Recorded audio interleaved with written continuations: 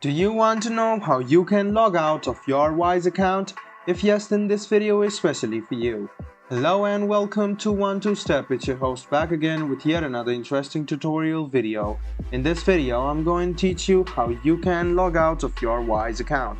So let's go ahead and start the video without wasting any more time now.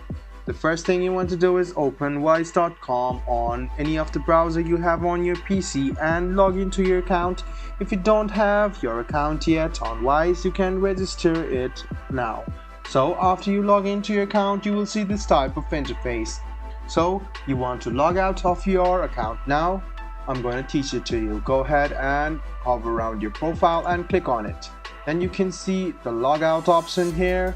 Just go ahead and click on logout and you will be logged out of your system instantly. Now you will have to log into your account once again. So I'm going to teach you once again how you can log out of your system. So let me log into my account once. As you can see, you have already logged into your account. Now I'm going to teach you how you can log out. Hover around your profile, tap on it and click logout, and there you go. This is how you can successfully log out of your Wise account. I hope this video was helpful for you.